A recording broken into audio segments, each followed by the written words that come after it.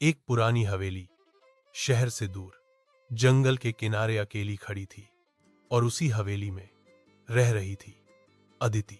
कहते हैं वो हवेली 100 साल पुरानी थी, लेकिन अदिति को शांति चाहिए थी। भागदौड़ से दूर, आवाजों से दूर, बस अकेले किताबों के साथ। हवेली में कोई और नहीं था, सिर्फ अदिति और सन्नाटा। शुरुआत के कुछ दिन ठीक रहे। हवेली की दीवारें पुरानी थीं, मगर मजबूत। रात के वक्त खिड़कियों से आती हवा सीटी जैसी आवाज करती, लेकिन अदिति को फर्क नहीं पड़ा। फर्क तब पड़ा जब उसे रात के 3 बजे सीढ़ियों पर किसी के चलने की आहट सुनाई दी। थक थक थक, वो रुकी, सांस रोकी, पर कोई नहीं था। अगली रात फिर वही समय, फिर वही आहट। थक थक थक। अदिति ने दरवाजा खोला, मोबाइल की टॉर्च जलाकर देखा। सीढ़ियां खाली थीं, लेकिन आखिरी सीढ़ी पर धूल के बीच एक ताजा जूते का निशान था।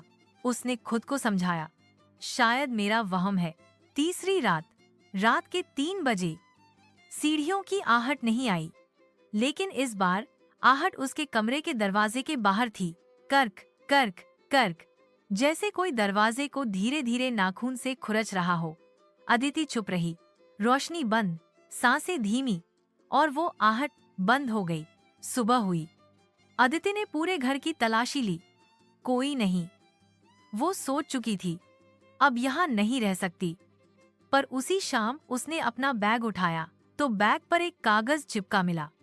सिर्फ एक लाइन लिखी थी, तुम्हें लगा हम नहीं जानते कि तुम यहाँ हो। अब अदिति को सब कुछ समझ आ गया था। वो हवेली खाली नहीं थी। रात आई, वो दरवाजा बंद कर चुकी थी, खिड़कियां जाम कर चुकी थी। पर जैसे ही घड़ी ने 3 बजाए, थक थक थक थक थक, सीढ़ियों की आहट शुरू हो चुकी थी। धीरे धीरे हर कदम पास आता गया। अदिति ने बिस्तर के नीचे छिपना चाहा, लेकिन जैसे ही उसने चादर उठाई, वो आंखें पहले से वहीं नीचे उसे घूर रही थीं। और फिर पूरी हवेली में सन्नाटा छा गया।